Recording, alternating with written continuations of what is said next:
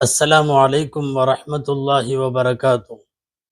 نحمد الله العظيم، نصلي ونسلم على الرسول الكريم، أما بعد.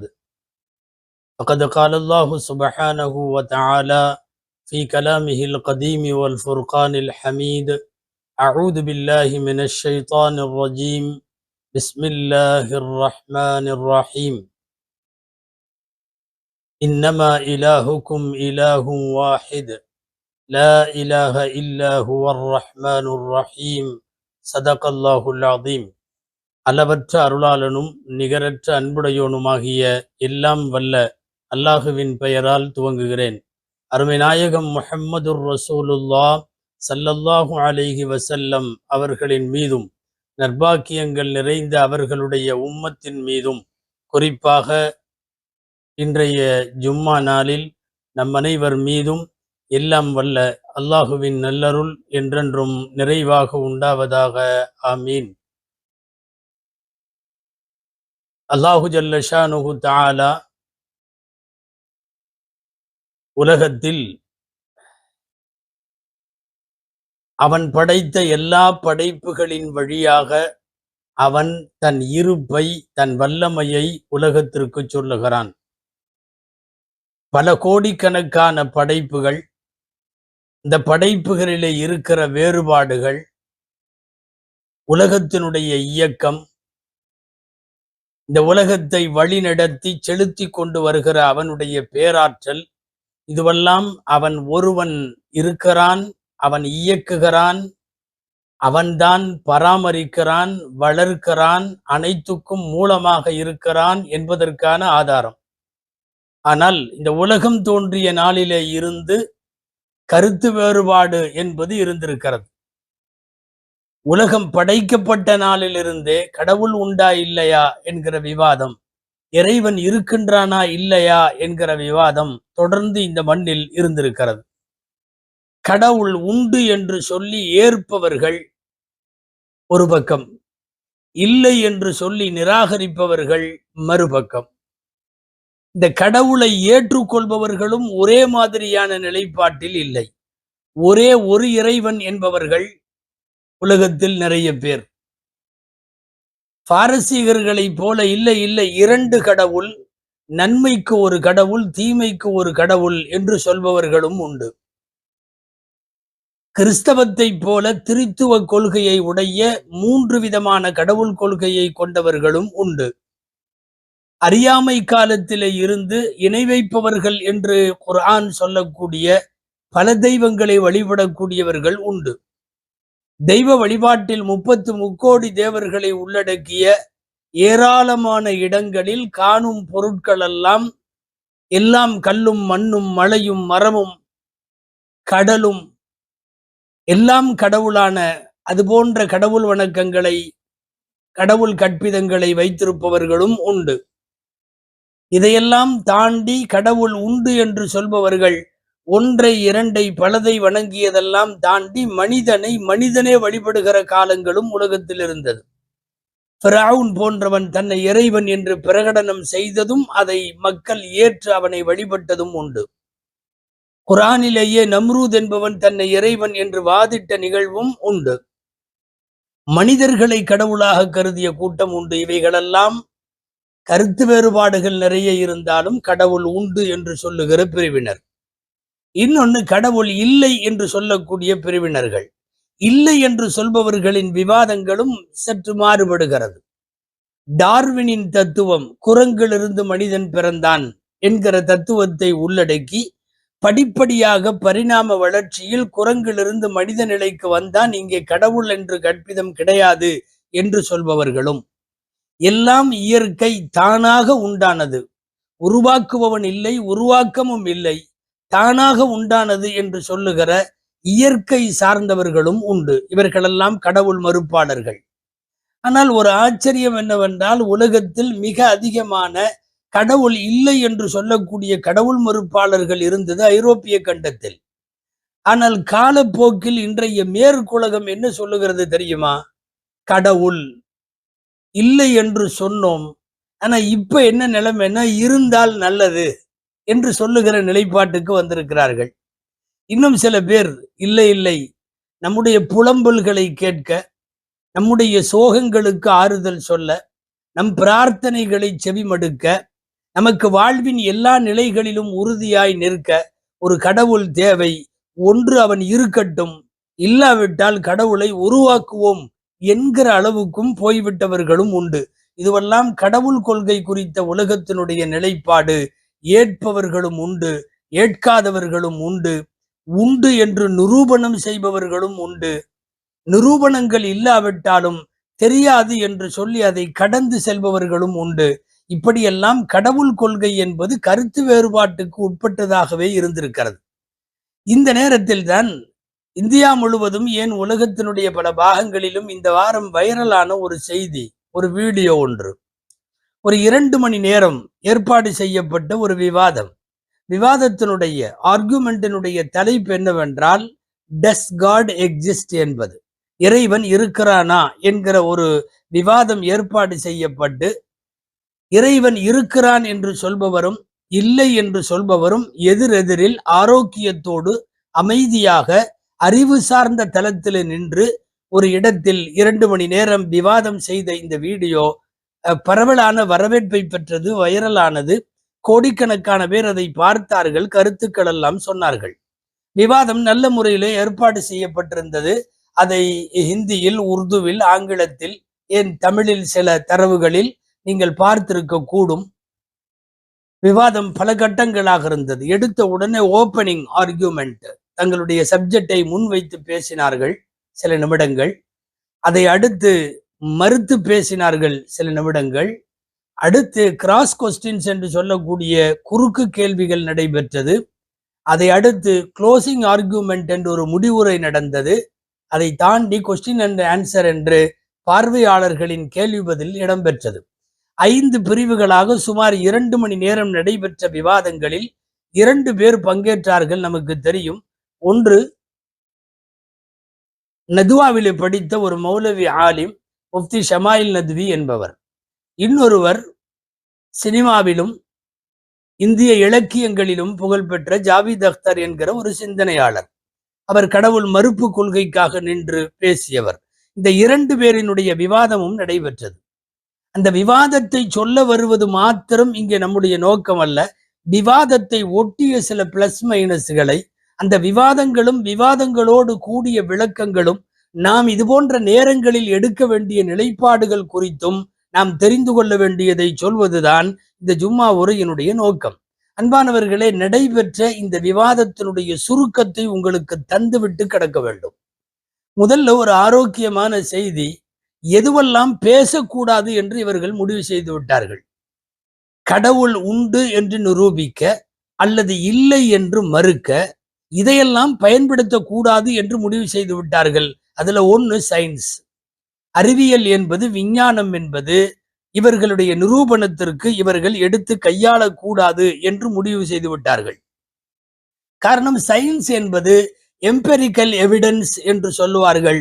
ஏதாவது ஒரு செய்முறையை செய்து பிராக்டிக்கலாக ஒரு பொருளின் மீது ஆய்வு நடத்தி அதனுடைய ரிசல்ட்டுக்கு பெயர் தான் சயின்ஸ் என்பது. பிராக்டிக்கல்ல அது ஏதாவது ஒரு மருந்து கண்டுபிடிப்பதானாலும், ஒரு எலிக்கோ பூனைக்கோ மருந்தை கொடுத்து அது சோதனை செய்து பரிசோதனைக்கு பின்னால் வெற்றி கண்டு இன்ன நோய்க்கு இன்ன மருந்து என்று வெளிப்படுத்துவதை பார்க்கிறோம் அல்லவா. அறிவியல் என்பது சோதனைகளின் அடிப்படையில் ஆனது. அது ஒரு எம்பெரிக்கல் எவிடன்ஸ். அறிவியல் எவிடன்ஸுகளை நிரூபணம் செய்ய வேண்டும் என்றால் அதற்கு சோதனைகள் வேண்டும். இறைவன் என்பவன் இதற்கு அப்பாற்பட்டவன் என்று தொடக்கத்திலேயே சொல்ல வந்த அந்த மௌலவி அற்புதமான ஒரு விவாதத்திற்கு அழகு சேர்க்கும் விதத்தில் ஒரு செய்தியை வைத்தார். அமெரிக்காவிலே யுஎஸ்ல செயல்படக்கூடிய நேஷனல் அகாடமிக் ஆஃப் சயின்ஸ், தேசிய அறிவியல் கழகம், அது சொல்லக்கூடிய ஒரு கூற்று, அது முன்வைத்திருக்கிறது ஏற்கனவே. அது அகில உலகத்திற்கும் ஓரளவு ஏற்புடைய கருத்தும் கூட. யுஎஸ்னுடைய நேஷனல் அகாடமிக் ஆஃப் சயின்ஸ் என்ன சொல்லுகிறது? அது you cannot disprove God by science. அறிவியலால் கடவுள் உண்டு என்பதையோ இல்லை என்பதையோ நிரூபிக்க முடியாது என்று இந்த அறிவியல் கழகமே ஒத்துக்கொண்டு விட்ட காரணத்தால் அறிவியல் நம் விவாதத்தில் வரக்கூடாது. கடவுள் உண்டு என்பதற்கும் அல்லது இல்லை என்பதற்கும். இரண்டாவது, ரெவலேஷன் என்று சொல்லப்படக்கூடிய மத புத்தகங்கள், சமய வேதங்கள், இவைகள் சொல்லக்கூடிய கருத்தை எடுத்தாழ்ந்து இந்த நிரூபணத்திற்கு பயன்படுத்தக்கூடாது. கடவுள் உண்டு என்று சொல்ல குரான் வசனங்கள், தௌராவினுடைய வசனங்கள், பைபிளுடைய வசனங்கள் அல்லது உபநிடதங்கள், ஆகமங்கள், இவைகளுடைய ஏதாவது சமய புத்தகங்களின் வெளிப்பாடுகளை கொண்டு வந்து வைத்து குரான் இப்படி சொல்லுகிறது, கீதை இப்படி சொல்லுகிறது, பைபிள் இப்படி சொல்லுகிறது என்று உலகத்தின் எந்த சமயத்திற்கும் உட்பட்ட ஒரு வேத கருத்தை முன்வைத்து பேசக்கூடாது. அதையெல்லாம் ஏத்துக்கிட்டாதான் இந்த விவாதமே தேவையில்லையே. அதனால அது இனிமேல் ஆதாரத்திற்கு எடுத்துக்கொள்ளப்படாது என்றும் முடிவு செய்து விட்டார்கள். மூணாவது, அப்சர்வேஷன் என்கிற கண்ணால் காண்பது, காதால் கேட்பது, புலன்களுக்கு அப்பாற்பட்டு இங்கே பேச வேண்டும். இல்லைன்னா கண்ணில் காட்டுன்னு சொல்லிடுவாங்க.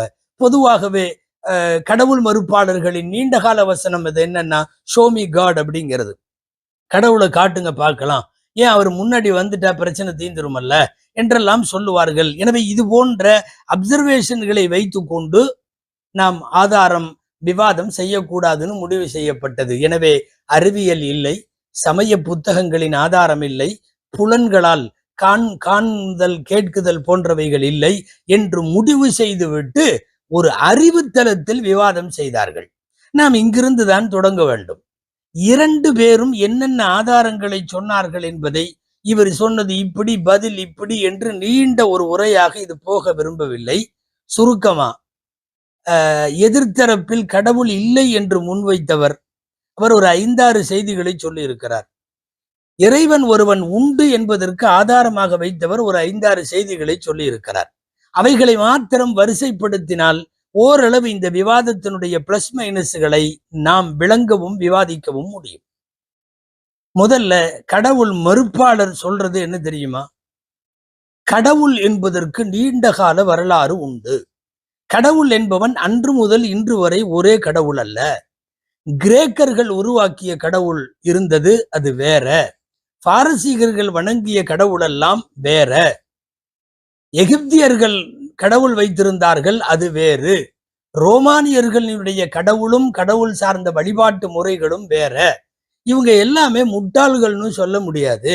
மிகப்பெரிய அறிவுஜீவிகளை உருவாக்கிய பிரதேசங்கள் அந்த கிரேக்கம் போன்றவை, ரோமானிய பேரரசுகள், அங்கெல்லாம் இருந்த பெரிய பெரிய இன்டலெக்சுவல்கள் எல்லாம் கூட கடவுள் வணக்கத்தை கொண்டிருந்தார்கள். அவர்கள் வணங்கிய கடவுள் இன்னைக்கு உலகத்துல இல்ல. அந்த கடவுள் எல்லாம் எங்க போச்சு? இன்னைக்கு அதெல்லாம் போய் வேற ஒரு கடவுள்களை, வேற சில கடவுள்களை நீங்க கொண்டாடுறீங்க. இந்த கடவுள்களும் காணப்போக்கில் காணாமல் போய் விடுவார்கள். அடுத்து ஏதாவது ஒரு ஜெனரேஷன் வர்றப்போ அவங்க ஒரு கடவுளை உருவாக்குவாங்க. மொத்தத்தில் கடவுள் என்பது நிரந்தரமாக இந்த உலகத்தில் ஒரே மாதிரியாக இருந்திருக்கவில்லை.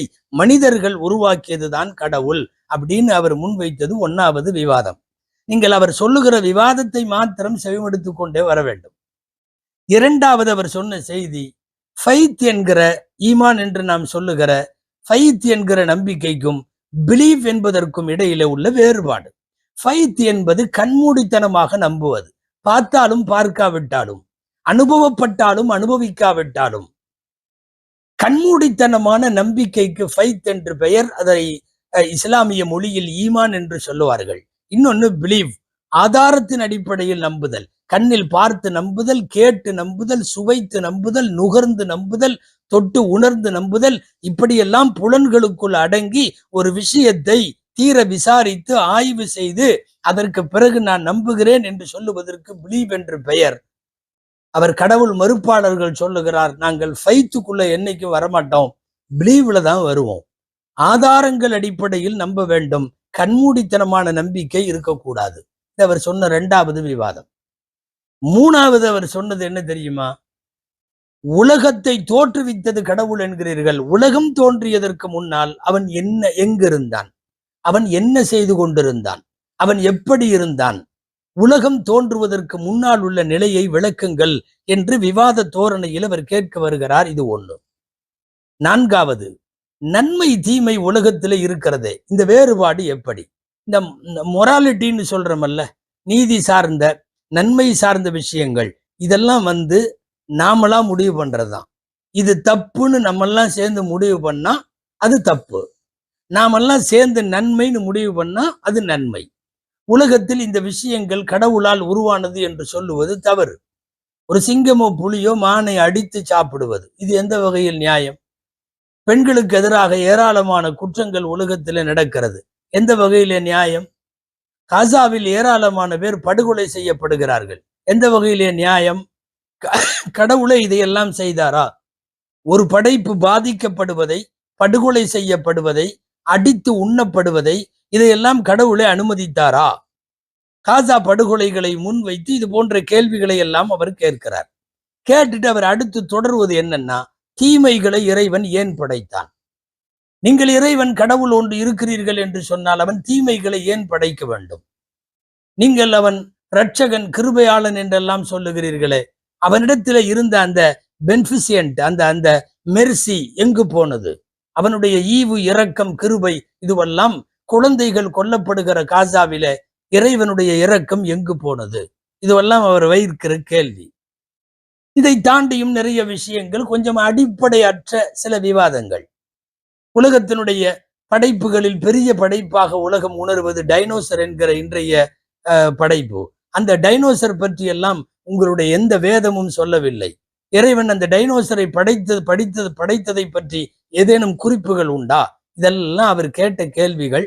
அடிப்படையில யோசிச்சா லாஜிக்கா இருக்கிற மாதிரி இருக்கும்.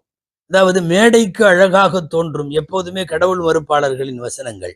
அந்த மாதிரி நடைமுறை சாத்தியம் இல்லாத ஆனால் மேடைக்கு அழகாக தெரிகிற இந்த விவாதங்களை எல்லாம் அவர் வைத்து முடித்து விடுகிறார். இதற்கு பதில் சொல்லுகிற மௌலவியின் விவாதம், அங்கே நடந்ததை விவரித்துத்தான் சொல்லுகிறோம் என்று தயவு செய்து கேட்க வேண்டாம். அது சார்ந்த மொழியறிவு இல்லாதவர்கள், ஆழமான புரிதல் இல்லாதவர்களுக்கும், குறிப்பாக தமிழ் கூறும் இஸ்லாமிய உலகிற்கு இந்த செய்தியை எடுத்து சொல்லி இதன் வழியாக சில பாடம் சொல்ல வேண்டும் என்பதுதான் இந்த ஜும்மா உரையின் நோக்கம். இந்த விவாதங்களை எல்லாம் மறுத்து பேசிய முஃப்தி நதுவி அவர் துவங்கி அடுத்து இறைவன் இருக்கிறான் என்பதற்கான சில நிரூபணங்களை சொல்லுகிறார். தொடக்கமே அழகாக இருந்தது. ஒன்று, உலகத்தை ஒரு நோக்கத்திற்காக படைத்த இறைவனுக்கே எல்லா புகழும் என்றுதான் அவருடைய உரை ஆரம்பிக்கிறது. ஆரம்பிக்கிற போதே அழுத்தமாய் இந்த யூனிவர்ஸ் என்பது, இந்த இந்த உலகம் என்பது, இந்த பிரபஞ்சம் என்கிற பிரம்மாண்டம் ஒரு நோக்கத்திற்காக படைக்கப்பட்டது என்ற வார்த்தையோடு தொடங்குகிறார். தொடங்கியவர் அறிவு சார்ந்தே பேசுகிறார், மார்க்கம் சார்ந்து. அவர் படித்திருக்கிற படிப்பு, மார்க்க அறிவு, ஷரியத் சட்டம் இதெல்லாம் கடந்து அறிவு தளத்தில் மட்டும் நின்று விவாதிக்கிறார். ஒரு மைதானத்தில் ஒரு பிங்க் கலர்ல ஒரு பந்து கிடக்கிறது என்று வைத்துக் கொண்டால், இந்த பந்தை பார்த்தவுடன், காலியாக யாரும் இல்லாத ஒரு மைதானத்தில் கிடக்கிற பந்து பார்த்த உடனே என்ன சிந்தனை வர வேண்டும்? சில பேர் அது இக்னோரண்ட் என்று சொல்லி கடந்து போவார்கள், எனக்கெல்லாம் ஒன்றும் தெரியாது. அல்லது அதையே டாக்மெட்டிக் என்று சொல்லி மறுத்து பேசுற மாதிரி உள்ள அந்த அமைப்பும் இல்லை. நமக்கு சிந்தனை அங்கே வர வேண்டும். இது யார்? எங்கிருந்து வந்தது? இதை படைத்தவன் யார்? யாரோ இருக்க வேண்டும், அப்படித்தானே இந்த பந்து வந்திருக்க வேண்டும் என்றெல்லாம் சொல்லி ஒரு பந்தை சொல்லி, பந்து என்பதையே கொஞ்சம் விரித்து பிரம்மாண்டப்படுத்தி அதை ஒரு பிரபஞ்சமாக வருகிற போதும் அதே கேள்வி, இந்த பிரபஞ்சம் எப்படி வந்தது? யாரால் வந்தது? இதை படைத்தது யார்? தானாக இது எப்படி தோன்றும் என்கிற கருத்தெல்லாம் ஒரு சின்ன பந்தை ஒரு கிரவுண்டிலே பார்க்கிற போது வருகிற அதே சூழல் இந்த பிரம்மாண்டமான உலகத்திற்கும் வர வேண்டும் என்று சொல்லி, இதன் மூலமாக ஒரு நெசசரி பீயிங், கட்டாயம் ஒரு இருப்பு தேவை. யாரோ ஒருவன் இருக்கிறான், இருந்துதான் இந்த படைப்பெல்லாம் நடைபெறுகிறது என்கிற சிந்தனை வர வேண்டும். இது உலகத்தில் கடவுள் இருப்பதற்கான முதல் தகவல். இரண்டாவது, உலகம் படைப்பதற்கு முன்பு அவன் என்ன செய்தான் என்று கேட்டார்கள். உலகம் படைப்பதற்கு முன்னால் நேரமும் இல்லை, காலமும் இல்லை. இந்த டைம், அது இது, சூரிய உதயம், சூரிய மறைவு, இரவு வந்தது, பகல் வந்தது, இது எல்லாமே உலகம் வந்ததுக்கு பின்னாடி வந்தது. நம்ம பேச்சே உலகம் வந்ததுக்கு பின்னாடி தான் பண்ண முடியும். உலகம் வருவதற்கு முன்பு ஏது காலமும் நேரமும் இரவும் பகலும் சுழற்சியும் ஒண்ணுமே இல்லையே. எனவே அந்த அடிப்படையில் பேசப்படுகிற விவாதமும் தவறு.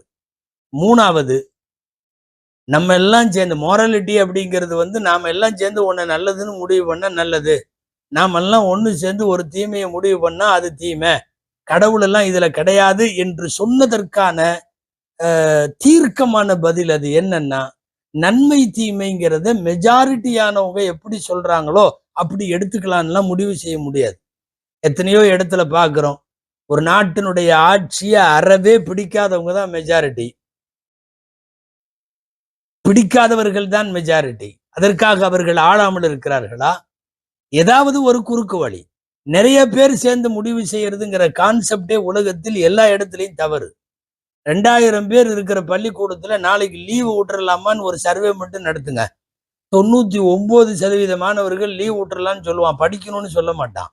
பெரும்பான்மை என்பது எப்போதும் ஒரு விஷயத்திற்கு முடிவாக ஆகவே ஆகாது.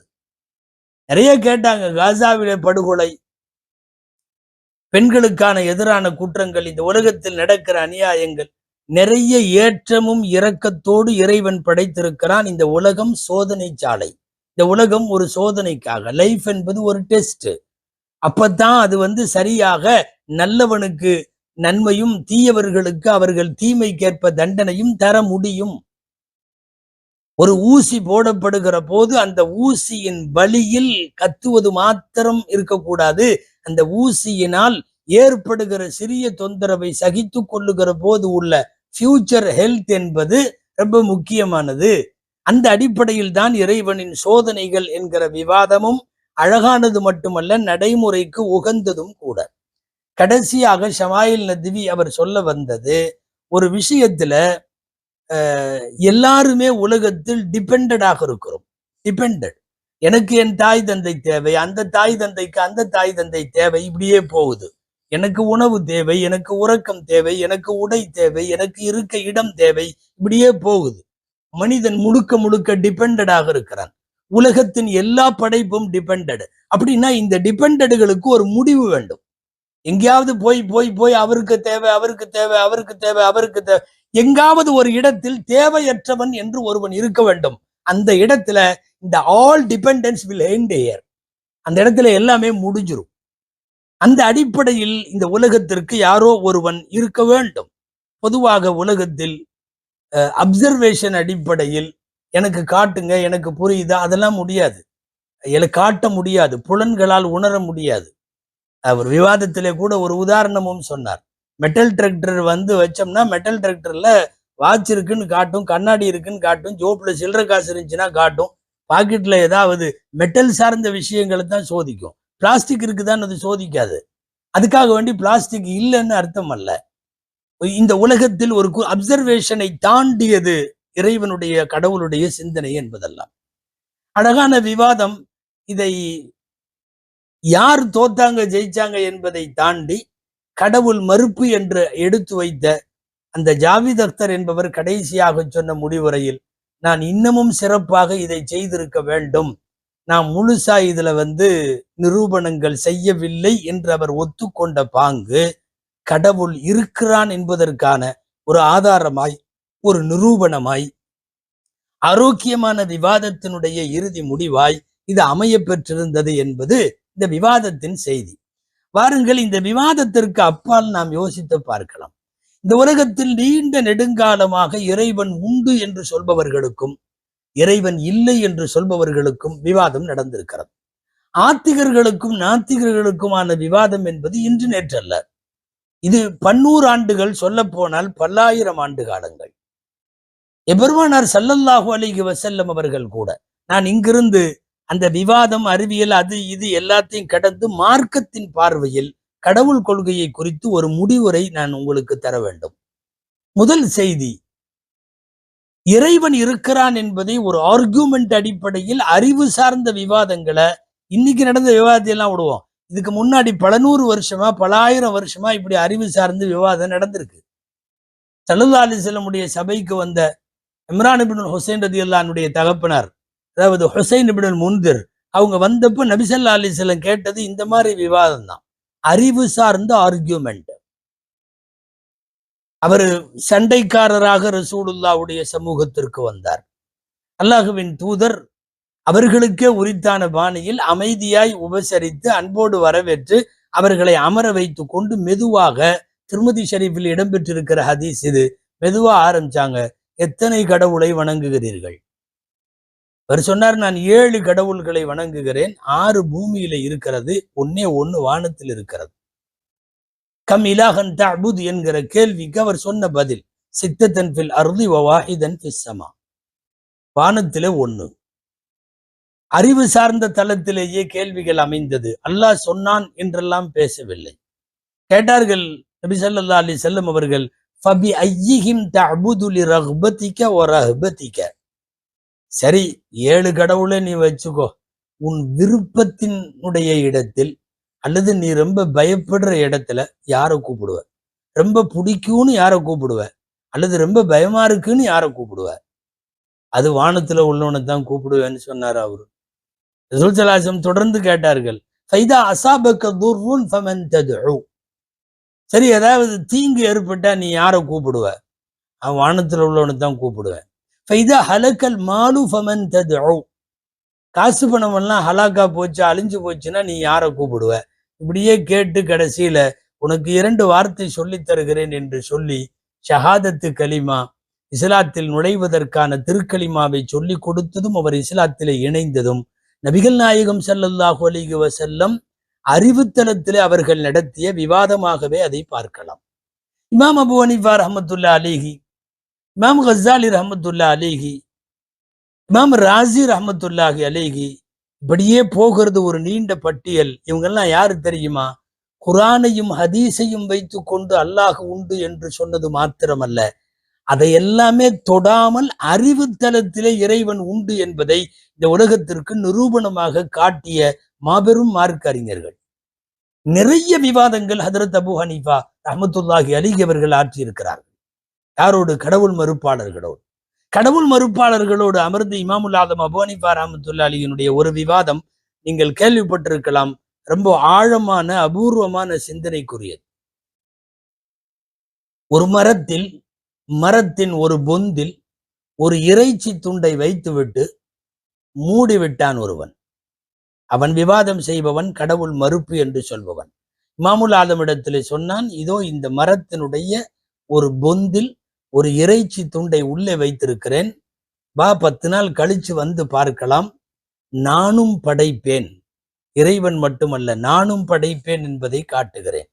குறிப்பிட்ட நாட்கள் கழித்து வந்து அந்த பொந்து அடைக்கப்பட்டிருந்த அந்த பொந்தினுடைய இறைச்சி துண்டு வைக்கப்பட்டிருந்த அந்த பொந்தை விளக்கி காட்டினால் உள்ளே அதுல பூரா புழுக்கள், இறைச்சி இருக்கிறவர்களை வரத்தான் செய்யும். சொன்னான், இந்த புழுக்களை நான் தான் படைத்தேன், இந்த புழுக்கள் இதற்கு முன்னால் இல்லை. மரப்பொந்தில ஒரு இறைச்சி துண்டை இத்தனை நாட்கள் வைத்ததற்கு பிறகு நான் உருவாக்கிய புழுக்கள் இதுவெல்லாம் என்று இமாமுல் ஆதம் அபூ ஹனீஃபா ரஹ்மத்துல்லாஹி இடத்திலே சொல்லுவான். ஏராளமான தஹ்ரி என்று சொல்லுகிற கடவுள் மறுப்பாளர்களை, காலத்தை கடவுள் என்று சொல்பவர்களை, இயற்கையை வணங்குபவர்களுக்கு எதிராக நின்று களமாடி வென்றவர்கள் இமாமுல் ஆதம் அபூ ஹனீஃபா ரஹ்மத்துல்லாஹி. சொன்னார்கள், நீ இந்த புழுக்களை எல்லாம் நீ படைத்ததாக சொல்லுகிறாய், வைத்துக் கொள்வோம், நான் கேட்கிற கேள்விக்கு பதில் சொல். இங்க இருக்கிறது எத்தனை புழுக்கள்? இங்க இருக்கிற புழுக்களில் எத்தனை நாளாக வந்தது? இதுல எத்தனை ஆண் புழு? இது எத்தனை பெண் புழு? இவர்களுக்கு ரிஸ்க் என்ன? இந்த புழுக்கள் எப்போது சாகும்? இது ஏதாவது விவரம் உனக்கு தெரியுமா? என் இறைவனுக்கு அவன் படைப்பில் இது அத்தனையும் தெரியும், பிறப்பு முதல் இறப்பு வரை. இந்த புழுக்கள் குறித்து உனக்கு என்ன தெரியும் என்று வாயடைக்க செய்த போது அவன் இமாமுல் ஆதம் அபூ ஹனீஃபா ரஹ்மத்துல்லாஹி அலைஹியின் கரம் பிடித்து இறைவனின் உள்ளமையை ஒத்துக்கொண்டதாக உள்ள வரலாறு இங்கே சிந்திக்கத்தக்கது. இப்படி நிறைய பேர், ஹுஜ்ஜத்துல் இஸ்லாம், அறிவுலகத்தினுடைய பெருமேதை, ஞானக்கடல் இமாம் கஸ்ஸாலி ரஹ்மத்துல்லாஹி அலைஹி நிறைய விவாதங்களாக பேசியிருக்கிறார்கள் அறிவு சார்ந்து இறைவன் ஒருவன் என்பதற்கு. இந்த உலகத்தில் 1000 ஆதாரங்களை அடுக்கடுக்காய் குர்ஆன் ஹதீஸை தொடாமல் அறிவு சார்ந்து 1000 ஆதாரங்களை சொன்னவர்கள் இமாம் ராஸி ரஹ்மத்துல்லாஹி அலைஹி இறைவன் ஒருவன் உண்டென்று சொல்லுவதற்கு. எத்தனையோ பேர், அல்லாமா அஹ்மத் இப்னு ஹம்பல் ரஹ்மத்துல்லாஹி அலைஹி சொல்லுவார்கள், பிரபஞ்சம் ஒன்று போதும், பிரபஞ்சம் உலகம் ஒன்று போதும், அவன் இருப்பை, அவன் உள்ளமையை, அவன் இருக்கிறான் என்பதை விளங்குவதற்கு.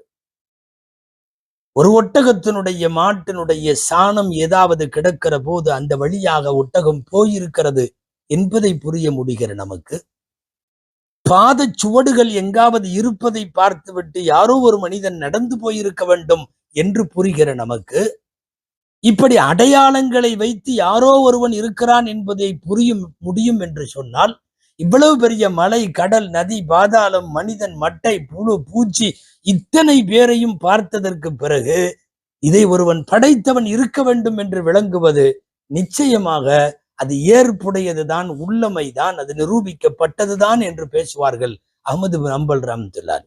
எல்லாம் தானாக வந்தது என்றால், தானாக வந்ததெல்லாம் ஒரே மாதிரியாகத்தானே வர வேண்டும், ஒரே மாதிரியானே தானே வர வேண்டும். ஒரு இலையை மாடு சாப்பிடுகிற போது சாணம், மான் சாப்பிடுகிற போது கஸ்தூரி, ஒரு புழு சாப்பிடுகிற போது அது பட்டு, எல்லாம் ஒரு இலையைத்தான் சாப்பிடுகிறது, விதங்கள் வேறு வேறாய் வருகிறது அல்லவா என்று கேட்டவர்கள் இமாம் ஷாஃபி ரஹ்மத்துல்லாஹி அலைஹி.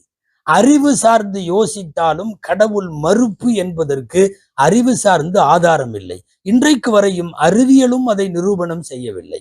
சொல்ல போனால் விஞ்ஞானமும் மற்றவைகளும் இறைவன் ஒருவன் இருக்கிறான் என்கிற உள்ளமையைத்தான் ஏற்றுக்கொள்ளுகிறது. அதனால்தான் அறிவியல் கண்டுபிடிப்பான ஒரு கருவியை இயக்குவதற்கு துவக்கமாக பொத்தானை அழுத்துவதற்கு முன்னால் அவன் போய் அவன் இஷ்டப்பட்ட கடவுளை வணங்கிவிட்டு வந்து அழுத்துகிறான். அறிவியலுக்கும் தெரியும் இது எல்லாம் தானாகவோ அல்லது நம் கண்டுபிடிப்புகளாலோ உருவாக்கப்படுவதல்ல, இதையெல்லாம் தாண்டி ஒரு சக்தி, அது இறைவன் இருக்க வேண்டும் என்பதற்கான ஆதாரம். சரி, இப்படியெல்லாம் விவாதங்கள் உலகத்தில் நடைபெறுகிற போது கடவுள் மறுப்புக்கான கருத்துக்களை நிறைய பேர், அதுவும் இன்றைய தகவல் தொழில்நுட்ப உலகில் நிறைய முன்வைக்கிற போது பலத்த சேதாரமாக அந்த ஃபெய்த்ஃபுல் ஈமானுடைய அடிப்படையை தகர்க்கிற காரியங்கள் கேள்விப்படுகிற போது நாம் மேற்கொள்ள வேண்டிய செயல்பாடு என்ன? அது ஒன்று மட்டும்தான் முடிவரை. அன்பானவர்களை, ஒன்றும் இல்லை. அது அறிவியலோ மற்ற துறைகளோ அறிவு சார்ந்த பெருமக்களினுடைய விவாதங்களோ நடந்து கொண்டே இருக்கட்டும். அறிவை கொஞ்சம் நகர்த்தி வைத்துவிட்டு நம் அறிவுகளுக்கு அப்பாலும் இருக்கிற ஆண்டவனை, அல்லாஹுவை, ஒரு இறைவனை ஏற்றுக்கொள்வதுதான் முறையான வாழ்க்கையினுடைய வடிவமாக இருக்கும். அன்பானவர்களே, அறிவு சார்ந்து எதையும் நிரூபிக்க முடியவில்லை. நிரூபணங்கள் எல்லாம் கூட பொய்த்து போன வரலாறுகள் உலகத்திலே நிறைய உண்டு. நீங்கள் மழை என்று சொல்லி வரும் என்று சொல்லி வராமல் போனவைகளும், காற்று அடிக்கும் என்று சொல்லி அடிக்காமல் போன நாட்களும், நம்முடைய முடிவுகள் எல்லாம் நொறுங்கி போய் விடுகின்ற ஏராளமான செய்திகள் இறைவனின் உள்ளமையை காட்டும்.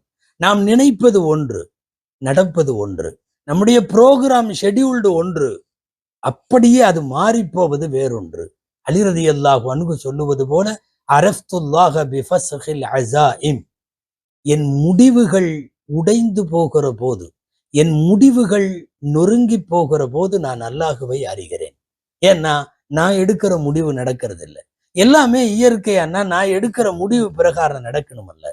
கடைசியாய் ஒரு செய்தி, அறிவு சார்ந்து இறைவன் இருக்கிறான் என்பதற்கு, அவன் ஒருவன் தான் என்பதற்கு 1000 ஆதாரங்களை அடுக்கி சொன்ன இமாம் ராசி ரஹ்மத்துல்லாஹி அலைஹி நைசாப்பூரிலே ஒரு கிழவியை சந்தித்தார்களாம். இமாம் ராசி அந்த ஊருக்கு போயிருந்த போது ஊர் மக்கள் எல்லாம் இமாம் ராசியை பார்க்கவும், அவர் அறிவுரை கேட்கவும், அவர் பக்கத்தில் நின்று கொள்ளவும், அவர் கைப்பிடிக்கவும் ஒரு பெருங்கூட்டம் நின்றிருந்த போது தூரத்திலிருந்து கவனித்த கிழவி இது யார் என்று கேட்டாலாம். யாரோ சொன்னார்கள். யாரென்றா கேட்கிறா? இவர் எவ்வளவு பெரிய அறிவுஜீவி தெரியுமா, அறிஞர் தெரியுமா? அல்லாஹ் ஒருவன் உண்டு என்பதற்கு, இறைவன் இருக்கிறான் என்பதற்கு 1000 ஆதாரங்களை அறிவு சார்ந்து எழுதி கொடுத்தவர். அப்படிப்பட்ட பெருமேதை என்று சொன்னவுடன் கிராமத்து கிழவி தனக்கே உரித்தான பாணியில் அவள் லேசாக கடந்து விட்டாள். என்ன சொன்னால் தெரியுமா? யாரு மனசுல 1000 சந்தேகம் இருக்குதோ அவங்களுக்கு தான் 1000 ஆதாரம் தேவை. எங்க மனசுல எல்லாம் ஒரு சந்தேகம் இல்லை, அல்லாஹ் ஒருத்தன் தான் போ என்று அவள் அசட்டையாக கடந்து விட்டாள்.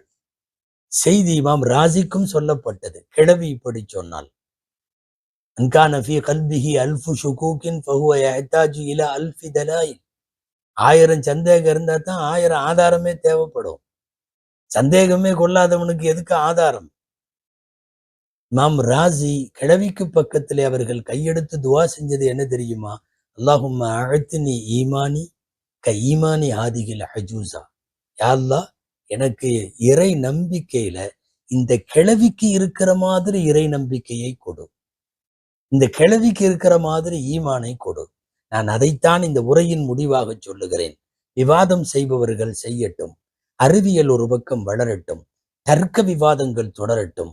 யார் எப்படி போனாலும் கண்மூடித்தனமான நம்பிக்கை என்று உலகம் நம்மை பார்த்து ஒரு இழிவாக சொன்னாலும் நாங்கள் மீண்டும் சொல்லுகிறோம், மனிதன் பெற்றிருப்பது குறுமதி.